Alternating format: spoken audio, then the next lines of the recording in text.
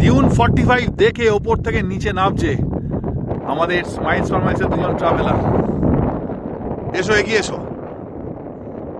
কেমন লাগলো বলো, কেমন লাগলো ডিউন 45? ভালো লেগেছে? বাহ বাহ, দারুণ এক্সপিরিয়েন্স। হ্যাঁ, নামিবের রেড ডিউন 45।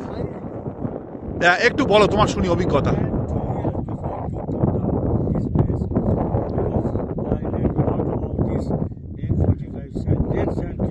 হ্যাঁ,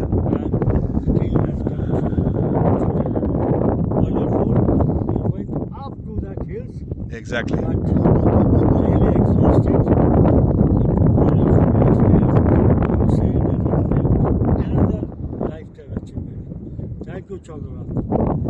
থ্যাংক ইউ, থ্যাংক ইউ। আরো অনেক কিছু বাকি রয়েছে এখনো। বিগ ড্যাডি, বিগ মামা। চলো আস্তে আস্তে নামো, আস্তে আস্তে নামো। হ্যাঁ, এটা পাঠাবো তোমাকে, ডেফিনেটলি ডেফিনেটলি ডেফিনেটলি। হ্যাঁ, এই হচ্ছে নামিব ডেজার্টের ওপরে Dune 45, one of the most iconic landmark এবং মোস্ট ইম্পর্টেন্ট ডিউনস। যতগুলো ডিউন আছে, one of the most important Dune. Dune 45 easily accessible, যার জন্য ডিউন 45-এই লোকেরা বেশি আসে। ট্রাভেলাররা ডিউন 45-এ মোস্টলি ভিজিট করে। একটু আগে আমরা ডিউন 40 দেখলাম, but Dune 45 is the most frequently visited dune among all. আমি চন্দ্রনাথ ব্যানার্জি, স্মাইলস পার মাইলস কলকাতা থেকে এসেছি গ্রুপ নিয়ে। এই মুহূর্তে রয়েছি নামিব ডেজার্টের ওপরে ডিউন 45।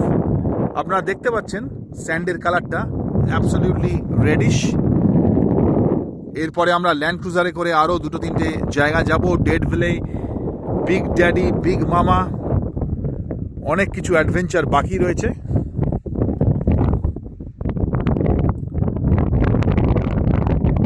এই হচ্ছে আমাদের ট্রাক দাঁড়িয়ে আছে, আমাদের জন্য ওয়েট করছে। Mister Debnath and Mrs Debnath, তারা ডিউন 45-এর টপে গেছিল, সেখান থেকে নেমে বাসের দিকে যাচ্ছে।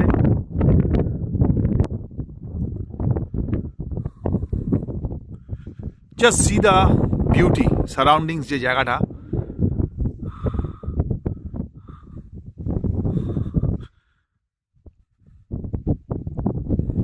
ল্যান্ডস্কেপটা অসাধারণ, অসাধারণ একটা ল্যান্ডস্কেপ এখানে। চারিদিকে রেড স্যান্ড ডিউনস।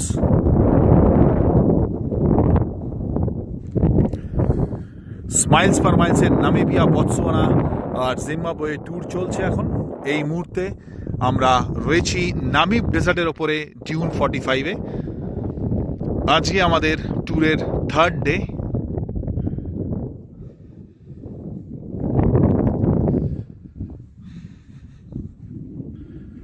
আবারও কোনো একটা ভালো পয়েন্ট থেকে আমি ভিডিও করব, যেহেতু কানেক্টিভিটির হিউজ ইস্যু, সেই কারণে ভিডিও করলাম। আরেকবার ফাইনালি দেখিয়ে নিই, এটা হচ্ছে ডিউন 45।